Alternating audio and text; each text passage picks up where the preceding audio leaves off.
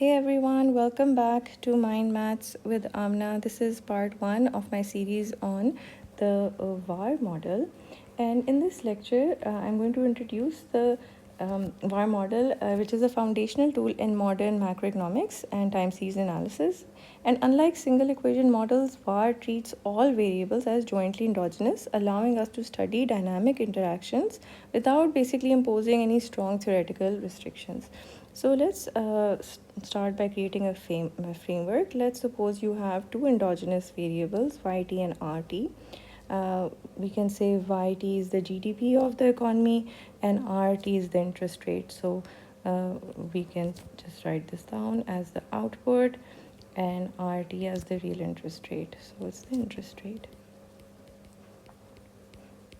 Okay, so output not only depends on its own lagged values but also the lagged values of the real interest rate, and it also depends on the current value of the interest rate plus some kind of, you can say, constant, and we have an error in this equation as well.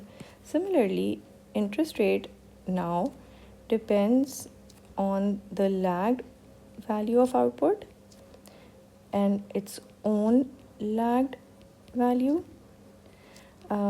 plus the, you can say, the current value of output plus a constant, and it has its own error.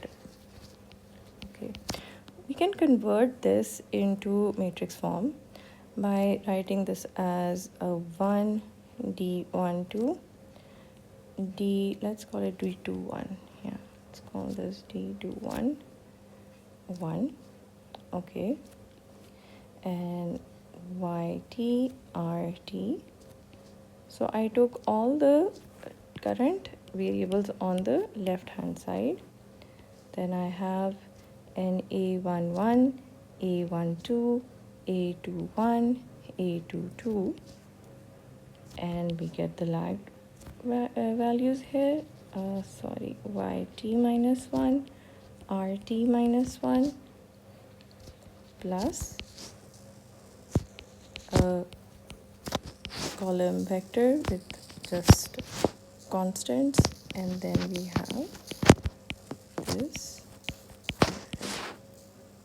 Okay, so this is known, if I just write it like this, matrix D into xt is equals to A matrix xt minus 1, and then we have a vector of constants, and we have et, which is a vector of reduced form shocks. Let me actually label it. So this is the vector of reduced form shocks. C is simply a vector of constants. Okay, matrix A, this is a 2 by 2 matrix. It's a matrix of coefficients, and D is also a matrix, and it captures the contemporaneous interactions. Okay, so contemporaneous, oops, this is not gonna fit here, let me shift it. So which means something which is contemporary belongs to the same time period. Okay, so this interaction means the current time interest rate having an impact on current output, and current output having an impact on current interest rate. Okay, so this is known as the structural STRUC, structural form of the VAR model. Okay, and what we have to do now is actually this is ED. Let me label this differently because I'm getting a bit confused. Usually we use a UT here, which is why I'm feeling a bit confused. UT comes here, UT comes here. And since this was the structural form, so I'm gonna call this is going to be just called the structural shocks because it's just the structural equation. Okay, now I'm feeling more happy with the terminology that I'm using. Okay, so now that we've constructed the structural form, we want the reduced form representation. So we want the reduced form VAR model. So therefore, what we're going to do is I want to eliminate, let me show you. In order to have a reduced form of y, this is fine because this is the lagged value which is observed. This is the lagged value which is observed, but this cannot be here, right? Because this is a current time variable and it is not known. So in order to get the reduced form of this equation, I need to remove this. Similarly, I need to remove this over here. This is fine, this is fine, this is fine, this is fine, all this is fine. So in order to get the reduced form, let's rewrite this equation, which was the structural form. And now let's take the inverse of D to make xt the subject. So we'll get a D inverse of A xt minus 1 plus D inverse of C plus D inverse of UT.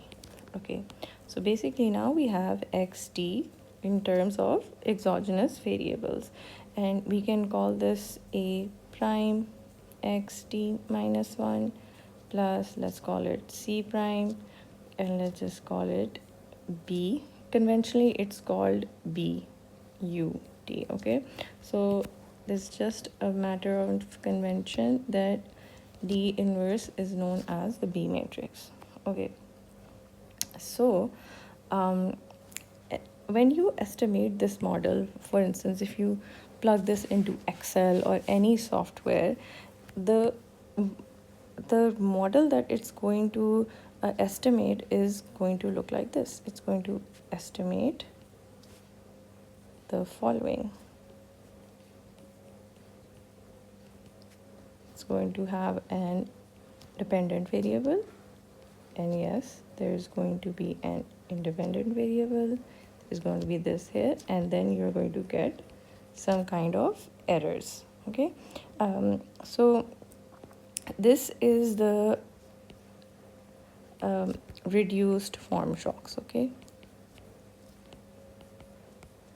and these are the errors, the shocks that the software is going to give to us. So basically this is known and this is unknown. So let me write that down. The problem is this is going to be estimated and therefore it is known. UT is unknown. Okay, so the next step is that we need to find the values of the original errors. Okay, so I'm actually interested in this. So the next step is the identification problem, which is, let me actually give it a different. So we have an identification problem. Let's talk about what that is. Okay, and when we discuss this identification problem, we're interested in the variance covariance matrix of the reduced form shocks. Okay, what does that mean? It means that, remember, we just said that the ET which we are estimating So this is, we have the estimated values given by Excel or whatever software, and it has to be equals to BUT. Okay, so if I take the covariance matrix of the errors, it's going to be the expected value of errors and the transpose of the error. We've studied this in the first semester Econometrics, and it's the same as the expected value of BUT and BUT transpose.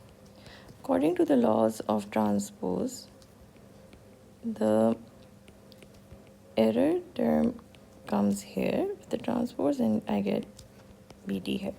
Okay, so the expected value of UT is actually the identity matrix. So sorry, I have a bad throat today. These are structural shocks, and these are basically uncorrelated and have unit variance. The structural shocks are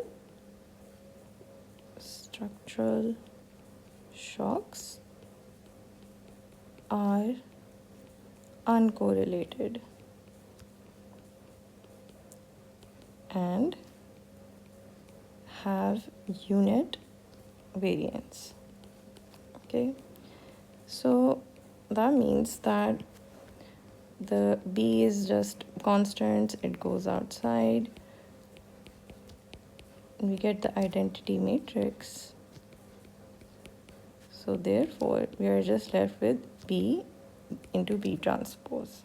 Okay, so this right here was observable. Okay, and why is it observable? Because it's observable from the data which we've put in our software. B, by the way, is unknown. And obviously there are many matrices which will satisfy this equality. So the structural model is therefore not identified without restrictions. Okay, so let's count the restrictions that we have to make.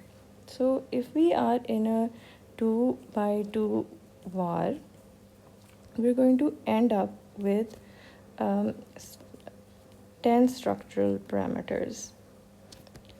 And I'll be able to explain this better when I do a proper question, and I'll solve a proper question in the next video. Okay, for now, just remember that in a 2 by 2 model, we have 10 structural parameters, and don't feel overwhelmed by what this means. And the reduced form parameters that we are using to estimate the structural parameters are actually 9. So the problem is that unknowns are 10, and they exceed, right? Exceed the number of equations, which is 9. So they exceeds 9, which is the number of equations that we have. If you know a little bit of linear algebra, you know that this means that the system has infinitely many solutions.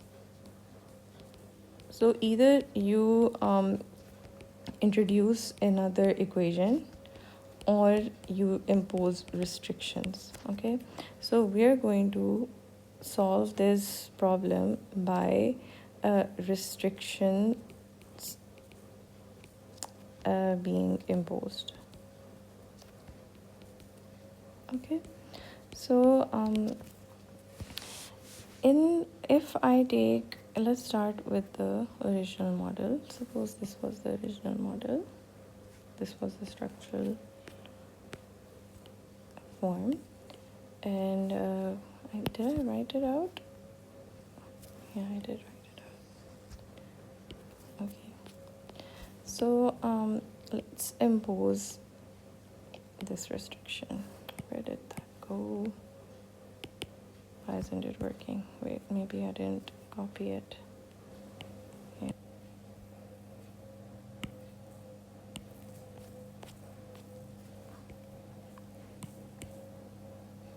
oops, let me delete that. Okay, so let's impose a recursive restriction.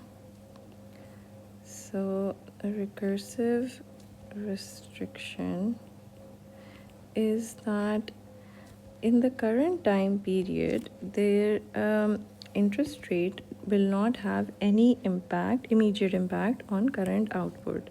So we'll have this as our restriction, and therefore the D matrix will become a 1, 0, D, 2, 1, 1.